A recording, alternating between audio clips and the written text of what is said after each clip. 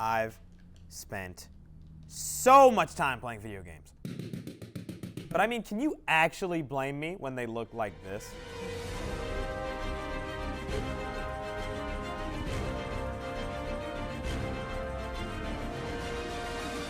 People love video games.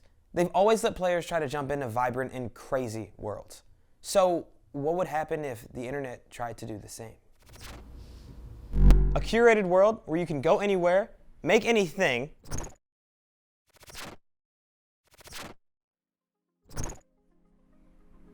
and look whoever you want. Gaming is a leading force in the tech world that has the potential to change the way we interact on the internet. So today, let's talk about the metaverse.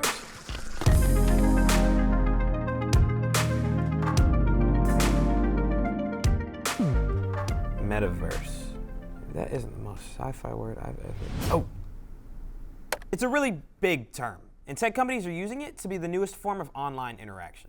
In the metaverse, you could go to an entirely live virtual concert or take a meeting in space. Whoa, we're floating in space? This is crazy. How does this even exist?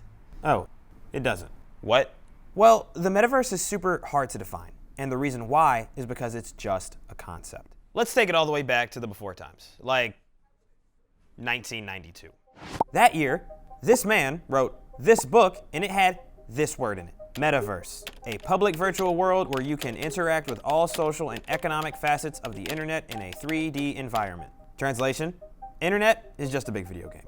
In these experiences, the idea that we can travel to different worlds with avatars has been here for a long, long time. Is this a game or is it real?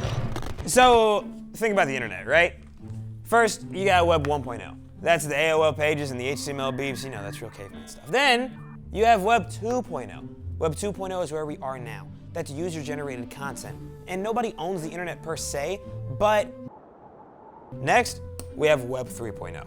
That's where the metaverse is supposed to exist. That's a form of the internet that's entirely decentralized. Crypto and blockchain tech could allow metaverse users to have entirely shared experiences that are free, self-regulated, where you could share all these different assets and information, and we could... When you get to defining these concepts, it sounds kind of like science fiction. Corporate jargon. Metaverse, Web 3.0, decentralization. Revenue streams, jargon, synergy.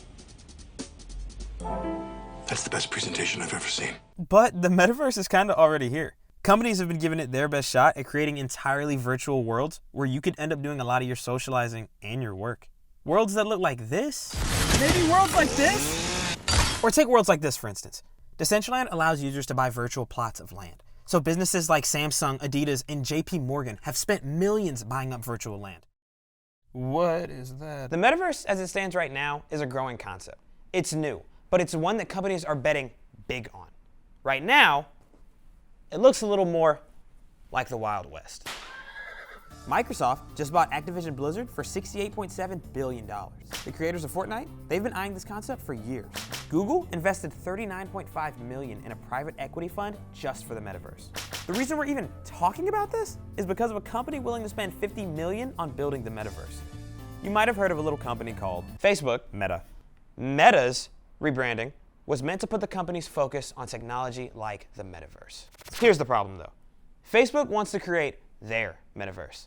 The same company that the government wants to prevent from monopolizing their competition.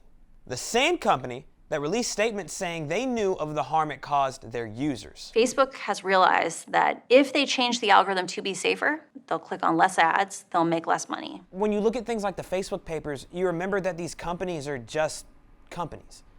Their main goal is to maintain user retention.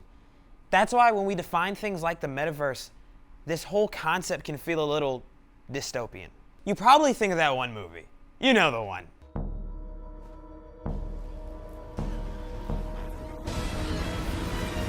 I mean, could you imagine a world where technology has this much control, endlessly connected, and we're constantly checking out how we present ourselves online and, oh, wait.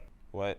But the metaverse doesn't need to be all bad. There's technology coming from these investments that could create healthy avenues to connect online.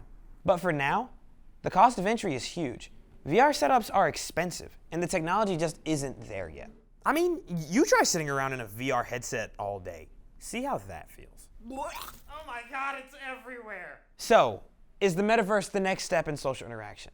Will it change the way we see the world? Is it the new form of reality? No, probably not. But people want to connect.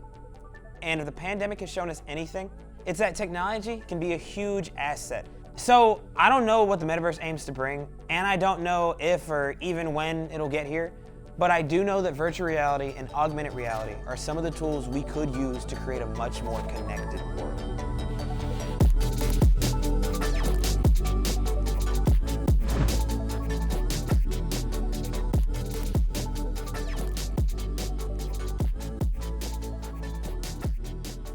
Oh, you're still here. Well, if you are, you can go ahead and share this video with your friends, tell your mom. I'm sure your dad wants to know what the metaverse is. And keep an eye out for Innovation Insight. We got a few more videos on the way.